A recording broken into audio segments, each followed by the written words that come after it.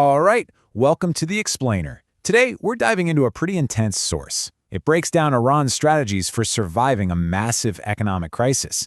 But it doesn't just look at it as a crisis. It frames it as a story of resistance against what it calls an economic siege.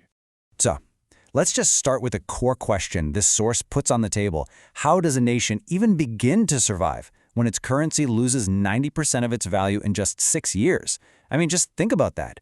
It really sets the stage for a wild economic story, one that kind of pushes back on what we normally think of when we hear state collapse. Okay, to really get a feel for how bad things got, the source zeroes in on one number, and it is just staggering. By December 2025, the market rate was 1,445,000 Rials for a single US dollar. And look, that's not just some abstract number on a screen, right? That's a daily gut punch of a reality for millions of people.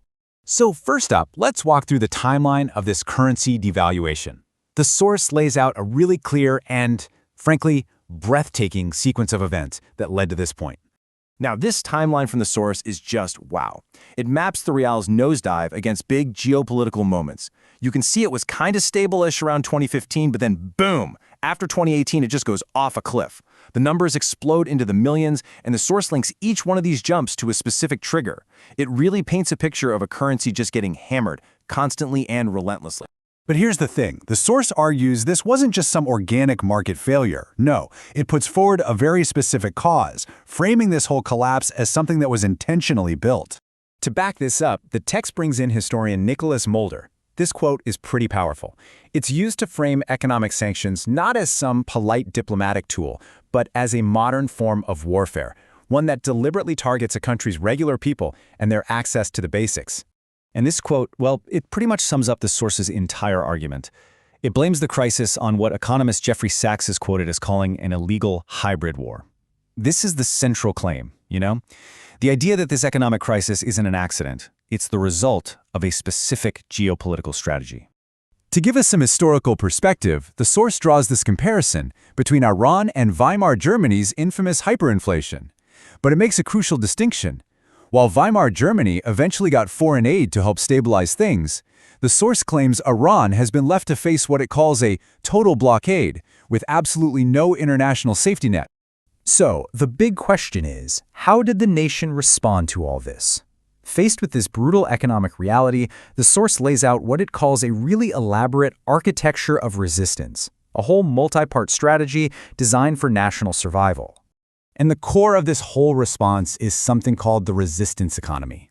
You can think of it as a massive pivot in national strategy, a deliberate turn away from global integration and a hard turn towards radical self-reliance, basically out of necessity. For the average person, this meant a huge national push for innovation in everything, from medicine to manufacturing, all with the goal of building a system that could run on its own, no matter the outside pressure.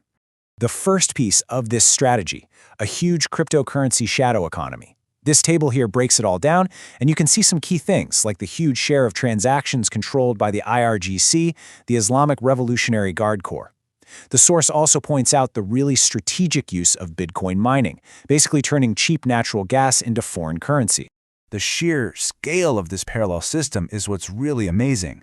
According to the source, this whole crypto ecosystem is operating way outside the reach of traditional sanctions. It's become a financial lifeline not just for the state, but for millions of regular households too. Okay, the second pillar described is a physical one, something the source calls a shadow fleet. And we're not talking about just a few ships here. It's described as this incredibly sophisticated global operation with over 1,000 tankers, all designed to move oil and get goods in and out of the country secretly. They've basically created a sanctions-proof supply chain. And how do you finance a fleet like that? Well, with this, a sophisticated shadow banking network. The source goes into detail about how this network uses shell companies and intermediaries in major Asian financial hubs. It lets them move billions of dollars in trade, completely bypassing any Western financial systems. This source says this shadow banking network handled a combined $9 billion in transactions. That number is really meant to drive home the massive scale and, frankly, the success of these alternative financial routes, all operating completely outside the Western system. Now, this next part is maybe the most surprising pillar mentioned in the source. It's about healthcare. It reports that Iran has managed to achieve 99% self-sufficiency in making its own pharmaceuticals. I mean, that's a wild figure for any country, let alone one under this much economic pressure. And this is framed as a major turning point in the source's whole story. The argument is that the pressure on the medical sector, which was supposed to be a point of leverage, actually backfired. It sparked this huge wave of innovation, turning a massive vulnerability into a regional strength. So, what does all this mean for the rest of the world? What are the global consequences of this economic fight? The final part of the source zooms out to look at that wider international fallout. A huge argument here is that the attempt to isolate Iran actually had the opposite effect. According to this text, it showed other countries the risks of relying too much on the dollar-based system, and that pushed them to speed up building their own alternative financial systems to protect their own economic independence. The source wraps up this section with a really bold claim that this whole economic siege accidentally set off a major historic shift. The idea it presents is that Iran's resistance became the catalyst for a move toward a multipolar world, fundamentally changing the global balance of power. So, after all that, what's the ultimate takeaway? The source boils down its whole complex story into one final, really powerful message about resilience and global change. And the text ends on this powerful metaphor.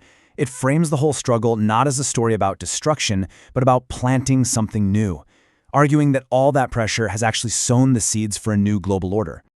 And with that very provocative final thought from the source material, which frames the outcome as a predetermined success, we'll wrap up this explainer.